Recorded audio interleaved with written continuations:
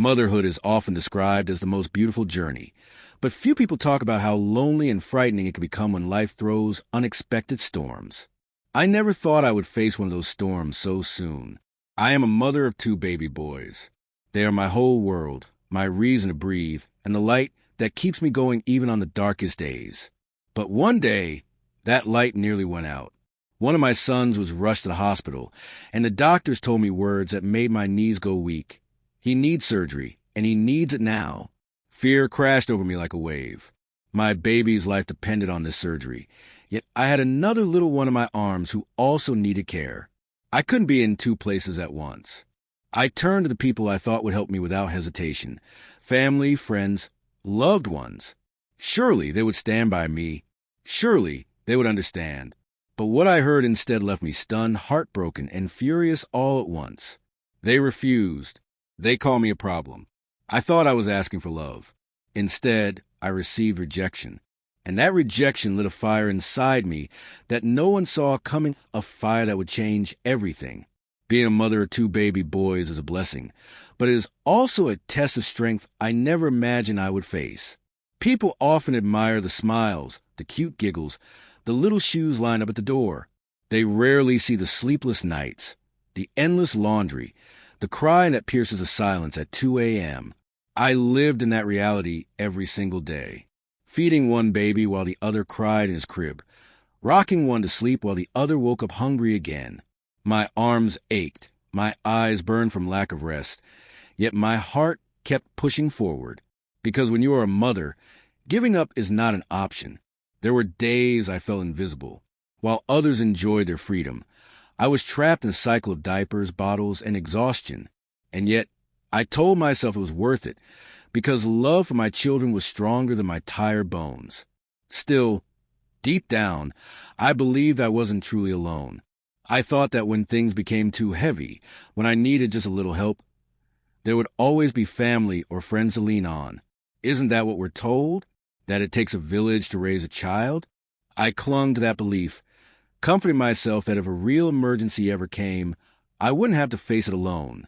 But I was wrong, very wrong, because when that emergency came, the village I trusted so much turned its back on me.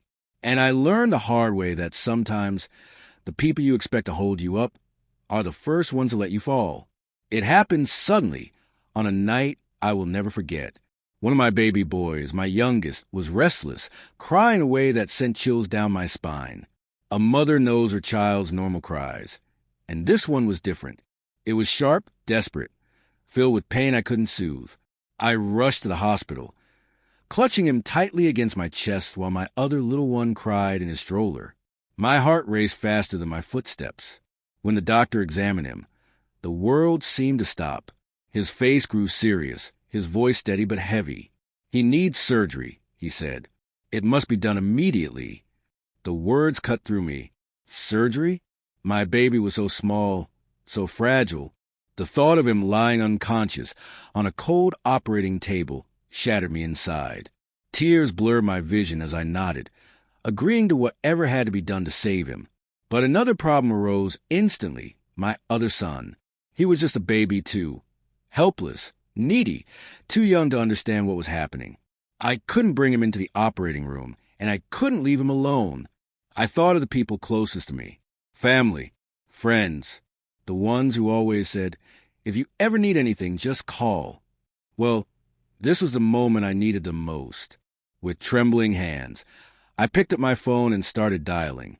Surely someone would step in. Surely they would understand that this was life or death. But one by one, the answers crushed me. Excuses, complaints, cold refusals. Some didn't even answer. Others said things I never imagined I would hear when begging for help. My heart sank deeper with each call, with each door closed in my face. I was terrified for the son on the operating table and heartbroken for the one left crying in my arms. And then came the words that broke me completely, words from the very people I trusted most. They called me a problem. I never imagined that in the darkest moment of my life, the people I counted on the most would turn their backs on me. I wasn't asking for money or gifts or even hours of their time. I was simply asking someone, anyone, to watch my other baby while his brother fought for his life in surgery. But instead of comfort, I was met with coldness. One relative sighed and said, "You're always making drama. Handle your own kids." Another shook their head. "Why should we suffer because of your choices? You decided to have children. It's your responsibility." The words pierced deeper than any knife. I stood there, phone in my trembling hand, listening to voices I once trusted turn against me. With each rejection, my heart grew heavier. My faith in family crumbled. I wanted to scream, to shake them, to ask how they could be so cruel when my baby's life was hanging by a thread. But all I heard was silence. Silence, and then another cruel label. A problem. That's what they called me. Not a mother, not a sister, not family. Just a problem.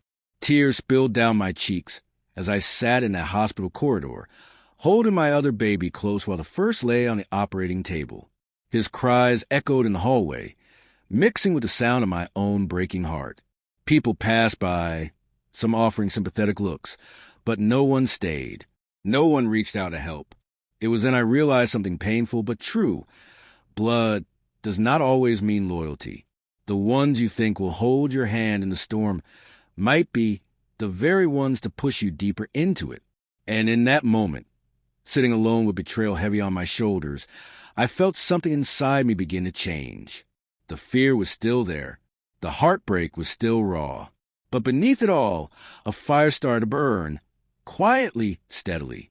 If they wouldn't stand by me when my child's life was at risk, then I would never again give them the power to break me.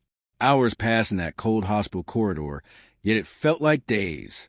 My baby was in surgery, and I sat there with my other son curled up in my lap, his small hand clutching my shirt. His innocent eyes looked up at me, not understanding why his mother's tears kept falling. I had never felt so helpless. My heart was torn in two, half in the operating room with the child fighting for his life, and half with the little boy in my arms who needed comfort. I wanted to be strong for both, but inside I was breaking. The words of my relatives echoed in my mind like poison. "You're a problem. Handle your own kids."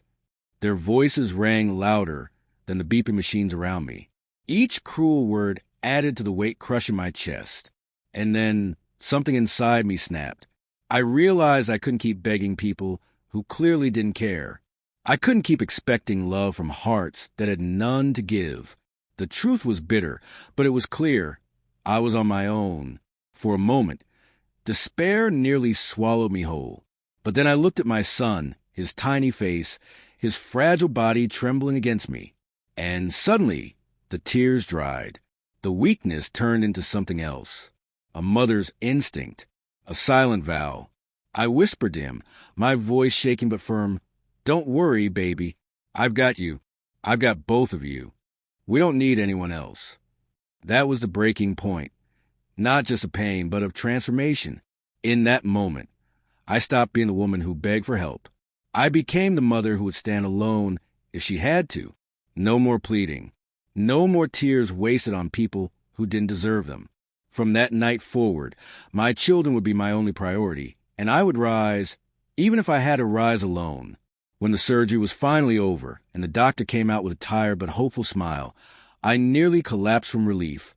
"He made it," the doctor said, and those 3 words became the sweetest sound I had ever heard. My baby was weak, but alive. That was all that mattered.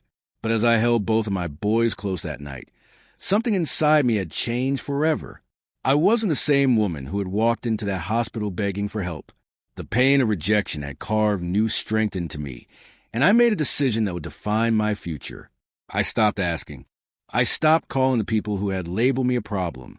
I stopped knocking on doors that were never open for me.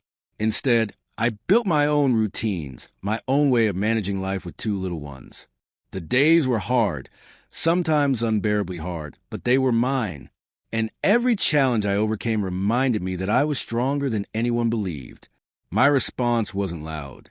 I didn't shout at them or throw their words back in their faces. My response was silent but powerful. I cut off the help they thought I so desperately needed. I distanced myself from the ones who turned their backs when I begged. And slowly they began to notice. When they called, I didn't answer. When they asked me for favors, I declined politely but firmly. For years, I had been the one running, helping, fixing, giving. But that woman was gone. In her place stood a mother who knew her worth. A mother who refused to be belittled. A mother who would rather walk through fire alone than hold the hands of people who left her in the storm.